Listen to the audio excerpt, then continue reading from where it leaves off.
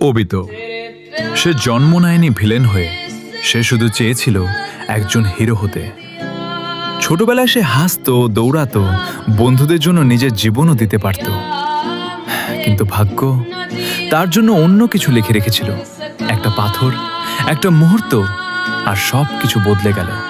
সে বেঁচে ছিল, কিন্তু আগের সেই ওবিতো আর বেঁচে ছিল না।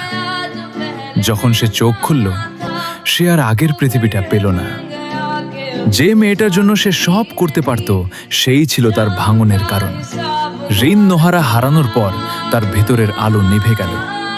মানুষ যখন তার সবকিছু হারায়, তখন সে পৃথিবীকে দোষ দেয়। ওবিটো তাই করেছিল। সে একটা নতুন দুনিয়া চেয়েছিল, যেখানে কষ্ট থাকবে না, যেখানে কেউ কাউকে হারাবে না। কিন্তু সেই স্বপ্নটাই তাকে সবচেয়ে অন্ধকার পথে নিয়ে গেল। সে ভিলেন ছিল না, সে ছিল একটা ভাঙা স্বপ্ন। সে হাসত না, সে শুধু অভিনয় করত। টোবি নামের আড়ালে লুকিয়ে নিজের কষ্ট ঢাকত। সবচেয়ে কষ্টের ব্যাপার কি জানিস? সব শেষ পর্যন্ত বুঝেছিল ভুল সে করেছিল, কিন্তু তখন অনেক দেরি হয়ে গেছে। ওবিতো আমাদের শেখায়, একটা খারাপ সিদ্ধান্ত, একটা ভুল পথ একটা মানুষকে পুরো বদলে দিতে পারে।